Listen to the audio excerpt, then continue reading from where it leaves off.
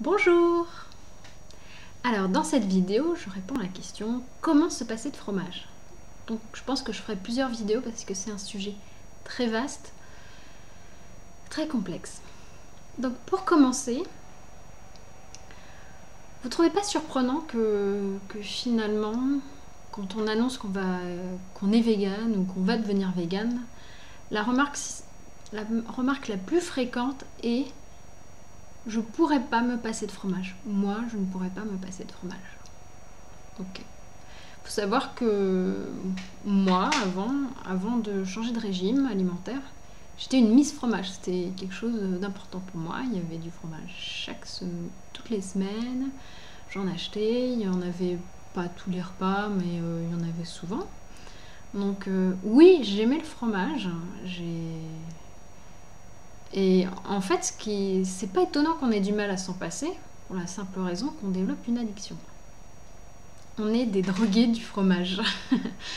D'ailleurs, c'est quand un étranger découvre le fromage, c'est pas au premier abord qu'il trouve ça bon. Je veux dire, il faut un petit temps d'adaptation. Et l'addiction, elle est due à la caséine qu'il y a dans les produits laitiers. Et c'est pas pour rien qu'il y a cette substance addictive. Le lait est produit, par exemple les vaches produisent le lait pour les veaux. Là, jusque là, vous me suivez.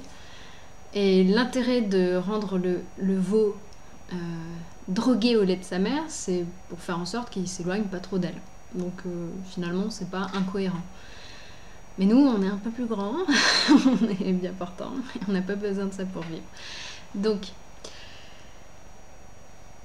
le meilleur moyen de se débarrasser d'une addiction, c'est encore d'arrêter du jour au lendemain. Je crois pas qu'on puisse se sevrer du fromage en y allant progressivement.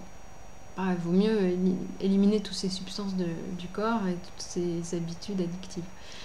Donc moi, j'ai arrêté du jour au lendemain. Certains conseillent de devenir vegan, de le faire progressivement.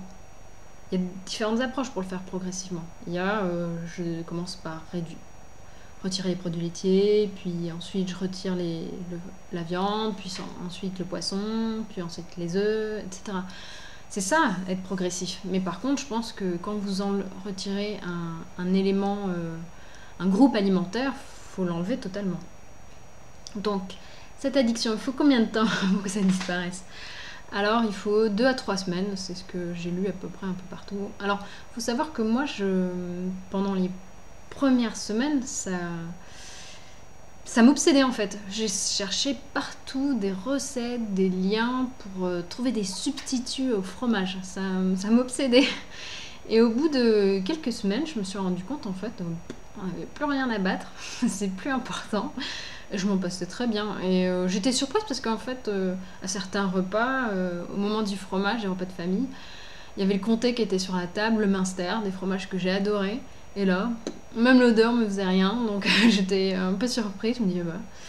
En fait, ça passe vite, hein. Ça passe très vite. Il faut tenir bon et puis ça passe.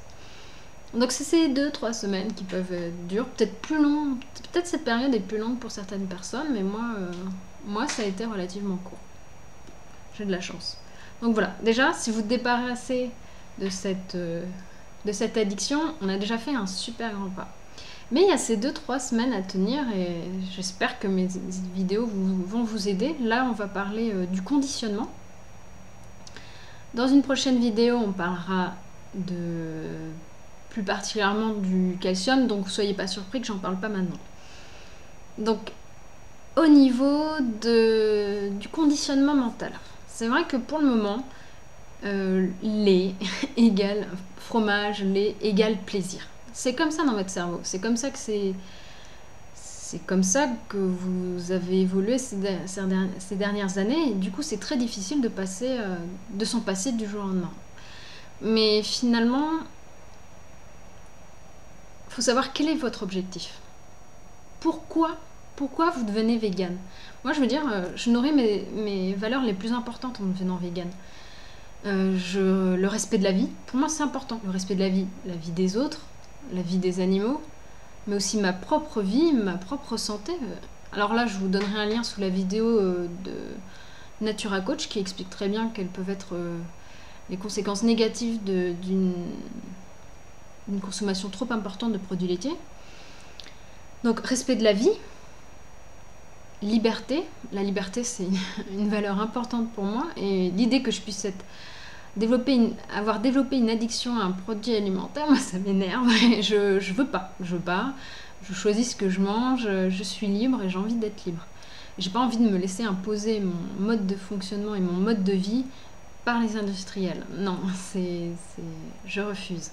Donc voilà, je nourris des valeurs qui sont plus importantes pour moi que le simple plaisir d'un morceau de fromage. Il y a aussi un autre moyen qui peut être encore plus efficace. Donc déjà, de recibler vos objectifs, c'est déjà un premier pas. Mais ensuite, je dirais, c'est de bien...